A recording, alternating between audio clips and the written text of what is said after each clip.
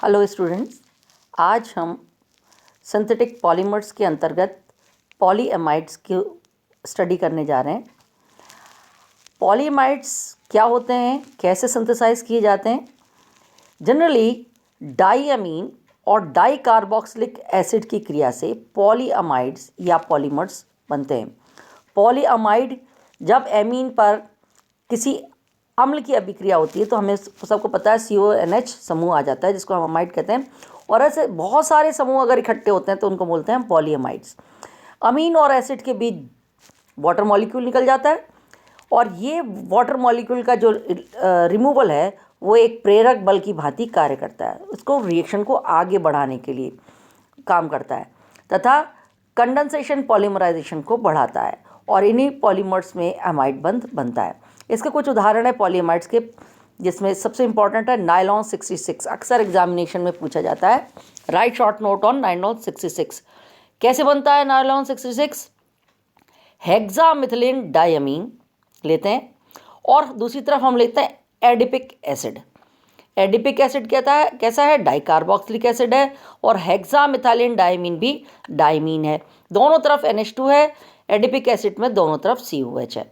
अब ये अभिक्रिया, इन दोनों को कंडेंसेशन किया जाता है तो ये अभिक्रिया आगे बढ़ती है, पर ये रिएक्शन जो है वो 2 स्टेप में बनती है। पहला स्टेप में सॉल्ट बनता है और सेकंड स्टेप में ये सॉल्ट अगर हम हाई टेम्परेचर पे गर्म करें 280 डिग्री सेंटीग्रेड पे तो नायलॉन 66 पॉलीमराइज हो जाता है और हमें पॉलीमर के रूप में हमें मिलता है। और दोनों मोनोमर यूनिट में 6 कार्बन अमीनो में होते हैं और 6 कार्बन हमारे एडिपिक एसिड के अंदर होते हैं। तो इसलिए इसको हम 6 कार्बन परमाणु होने के कारण इसे नायलॉन 66 भी कहते हैं। हेक्सामिथिलीन में भी 6 कार्बन और एडिपिक एसिड में भी टोटल 6 कार्बन, इसलिए इसको हम नायलॉन 66 भी कहते हैं। कैसी रिएक्शन है देखो, यह है हेक्सामिथिलीन डायमीन, यह है एडिपिक एसिड। इन दोनों को कंडेंस किया, वाटर मॉलिक्यूल निकल गया। देखो 200 डिग्री सेंटीग्रेड पे, और नहीं, पहले सॉल्ट बनता है, नॉट वाटर मॉलिक्यूल नहीं निकला, पहले सॉल्ट बनता है। H जो है, तो देखो ध्यान से, ये वाला जो H है वो NH2 पे जुड़ गया, क्लियर है। और हमको क्या मिला, देखो NH3 और COH, क्लियर है। ये एक मिनट वापस बताती हूँ। ये तो N लिखा है मैंने, ये वाला H, ये जो H है वो H2 पे, N लिखा हुआ है मतलब बहुत सारे मॉलिक्यूल, ये वाला H इधर आ जाता है और रिएक्शन कैसे हो जाती है? NH3 बन जाता है, नाइट्रोजन में पॉजिटिव चार्ज और ऑक्सीजन के ऊपर क्योंकि H निकला है नेगेटिव चार्ज, और ये एक सॉल्ट के फॉर्म में पॉजिटिव और नेगेटिव सेंटर के रूप में आपस में जुड़े रहते हैं। पर इस सॉल्ट को जब हम 280 डिग्री सेंटीग्रेड पर गर्म करते हैं तो क्या होता है, इनमें आपस में ये कंडेंसेशन रिएक्शन होती है और देखो यहाँ से साइड में से एक तरफ तो COH फ्री हो जाता है, एक तरफ NH समूह फ्री हो जाता है और हमें नायलॉन 66 प्राप्त होता है।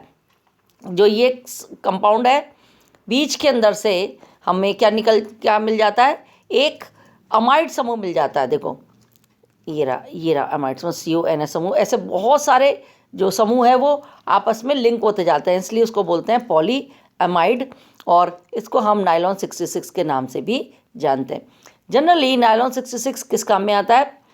ये कपड़े बनाने में, रस्सी बनाने में, टायर के धागे बनाने में और साथ में बहुत दूसरे कामों में भी काम में लिया जाता है। इसलिए नायलॉन 66 जो है वो कमर्शियली बहुत इंपॉर्टेंट कंपाउंड है। और अब प्रश्न ये उठा कि एडिपिक एसिड कैसे बनते हैं या हेक्सामिथिलीन डायमीन कैसे बनते हैं, स्टार्टिंग कंपाउंड भी तो बनाना होगा। तो उन्होंने कहा एडिपिक एसिड बनाने का बहुत आसान तरीका है, हम साइक्लोहेक्सेन का ऑक्सीडेशन करते हैं, एयर ऑक्सीडेशन, तो हमें हेक्सेनॉन मिलता है, फिर वापस ऑक्सीडेशन करते हैं तो ये रिंग टूट जाती है और हमें एडिपिक एसिड प्राप्त होता है। अब हेक्सामिथिलीन डायमीन बनाने के लिए क्या करना है, हमें ब्यूटाडाइन लेना है। इस पर क्लोरीन की अभिक्रिया करो तो 1,4 और 1,2 दोनों एडिशन कंपाउंड मिलते हैं। युगात्मक अभिक्रिया होती है या तो 1,4 पर होगी या 1 और 2 पर होगी, तो दोनों प्रकार के डाई कंपाउंड मिल जाते हैं हमें, डाइक्लोरो कंपाउंड मिलते हैं। पर और इन दोनों कंपाउंड का अगर हम NaCN के साथ अभिक्रिया करते हैं तो हमें 1,4 डाइनाइट्राइल मिलता है। क्या मिलता है? 1,4 डाइनाइट्राइल।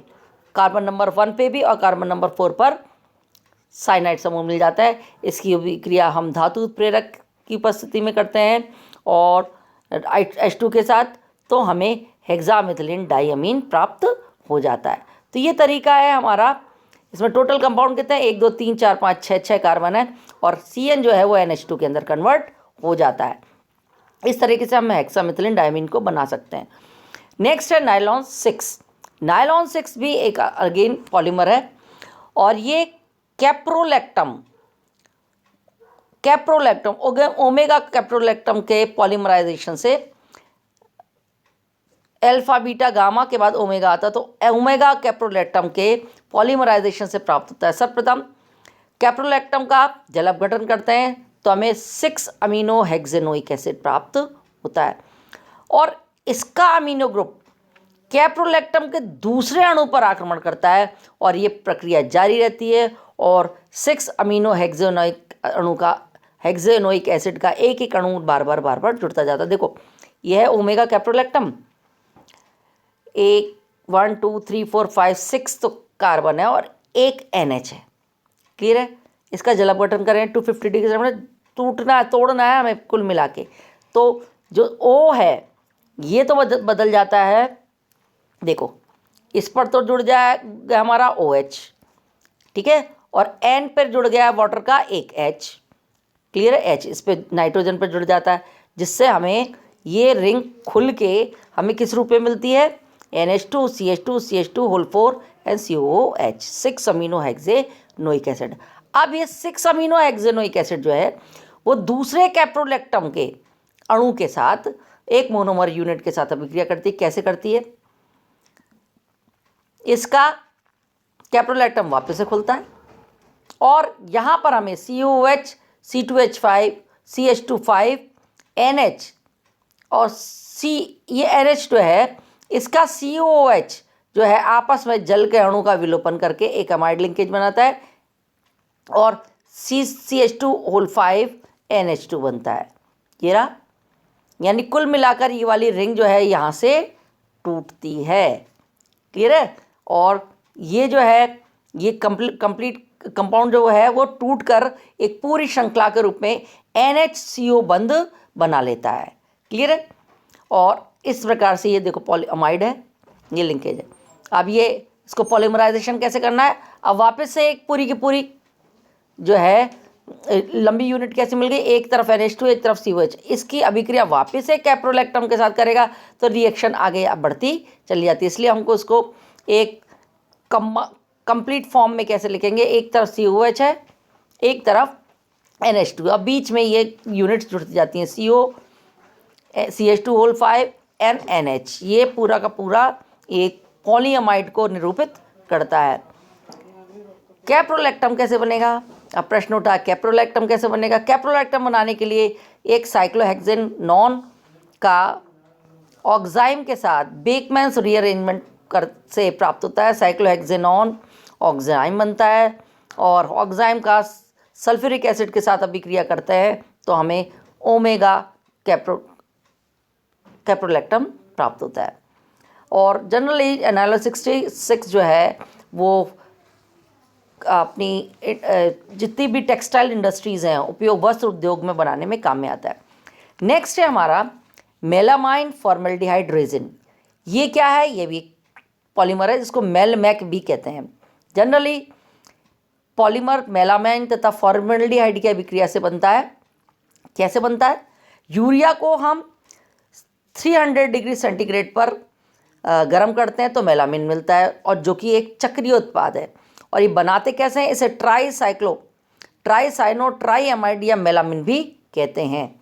देखो सबसे पहले यूरिया इन्होंने बता दिया। यूरिया कैसे बनेंगे? यूरिया बनाने का तरीका ammonia CO2 200 degree centigrade 200 atmospheric pressure ammonia बन गया।